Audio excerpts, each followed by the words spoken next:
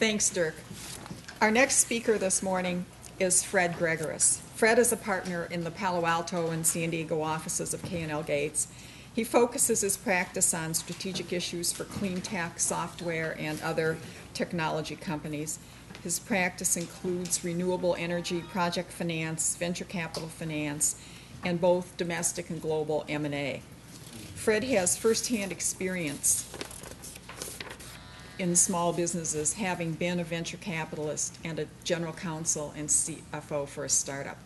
This morning, Fred will address certain developments here in California, including the new renewables portfolio standard and related initiatives such as tradable renewable energy credits, that market, and how that will help enable financing in California. Fred?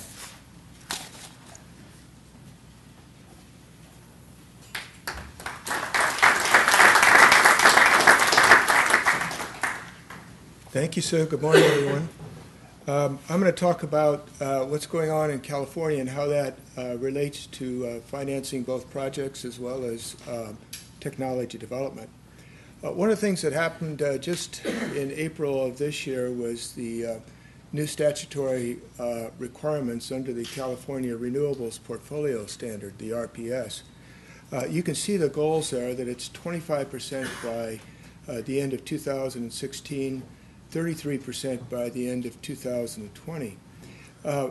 Importantly, and I'll bring this into another slide, one of the other requirements of the legislation is that reasonable annual progress must be made in each year after 2013 to ensure that these 2016 and 2020 goals are met. The Renewables Portfolio Standard, the RPS, targets California's investor-owned utilities, PG&E, SCE, San Diego Gas and Electric. Primarily, in the past, it has targeted just those utilities, but in this new legislation, it targets a much broader number of utilities, basically all of the public utilities in California. One thing that, when in a measure of how whether or not the RPS is being met, it's based on actual renewable energy being generated, not just projects signed. One of the things in California that is an issue, and I'll raise it again in another slide, is that there's an awful lot of contracts out there for renewable energy generation, but there's not an awful lot of generation so far under a lot of those contracts. So far, at the end of 2010, the IOUs, on average, between the three of them, were at about 18%, which was in relation to the 20% goal that was for the end of 2010.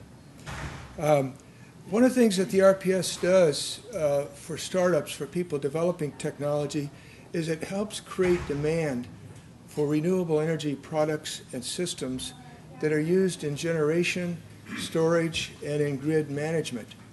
But an important term that always comes up is products need to be bankable. They need to get to the bankable stage as soon as possible, or you can't use them in projects. And it's in all areas, biofuels, solar, all of these different segments. You've got to get products to a bankable stage as quickly as possible if you want to get them into projects.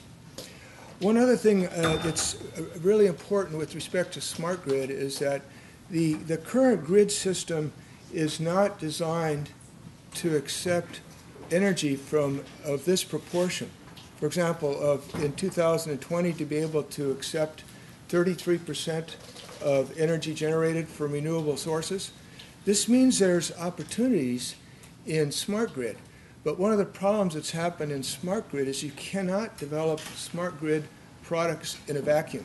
You have to understand the power industry, and you have to understand how utilities work. One important development is that we're moving closer to monetization of California tradable renewable energy credits. A REC is 1 megawatt of energy generated from an eligible renewable energy source. The credit represents such generation. And then what happens is, the way it gets monetized, it's not yet, but the way it will be, is that utilities must either then generate actual renewable energy to satisfy the RPS, or they've got to buy RECs. Now, one of the things that right now in the CPUC in 2010 has moved us closer to having, with RECs having monetary value, but we're not there yet. One of the persons that's in the audience, where's Adam? Adam, I just met Adam recently. He's not a client, so this is not a plug, but he's running the Leaf Exchange, which I found to be very interesting. He's helping folks who are generating renewable energy get registered, their RECs registered with Regis, so that at the point that they do become monetizable, they could be sold. You may want to talk to him after the presentation. In a utility project, the TRECs are acquired by the utilities together with the renewable energy. But where the TRECs can really provide an important financing source is in non-utility projects. Again, 2011, we're not going to see these monetized, but they will be in the future.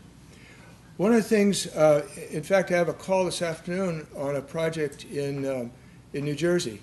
And other states around the country have implemented RECs to make them monetizable a lot faster than in California. And someone said this morning, New Jersey, hey, there's no sun there.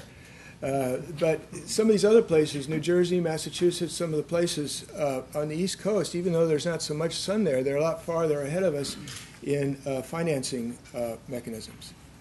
Now, as I mentioned, TRECs may be an important source of financing revenue in the future because there's not going to be a lot of money for subsidies. Now, one of the things I mentioned down here is the last point. Will it be enough for the utilities to have contracts in place for renewable energy to meet their annual progress requirements toward the RPS? A problem I see in whether or not these things are going to be monetizable is just how tough the CPUC is on these compliance obligations annually. Because if they're not tough, the utilities won't buy the RECs. In New Jersey, for example, there are really tough requirements annually, so you see the utilities buying the RECs, creating the revenues that can help finance non-utility projects.